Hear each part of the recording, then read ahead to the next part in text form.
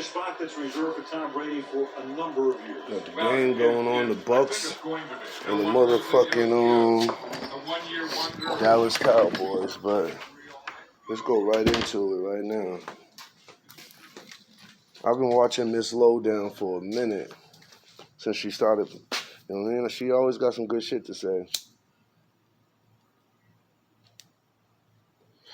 But as of late, yo, she been getting a little off topic and all over the place, talking about Cardi B and the Migos, and then she always tries to talk about people like that, like Cardi B and the Migos, and say, like, oh, Illuminati, woo-de-woo, but I'm a big fan of Cardi B and the Migos, so she could clean it up when she finds out her information ain't right.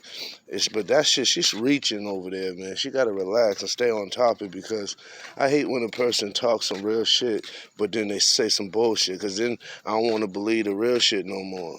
So keep doing your thing. I support that shit. You know what I'm saying? But come on, man. Cardi B, Amigos ain't got shit to do with mo3.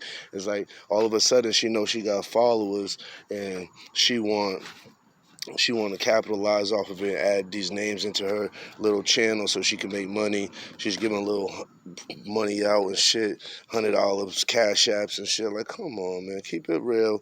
If you doing this shit, yeah, you eating off of it, people's following you, but we ain't following all that funny. This ain't an opportunity for you now. Now you're a big blogger. Now you talk about Lil Durk. He goes Cardi B. Like, keep the shit on mo3. What got you hot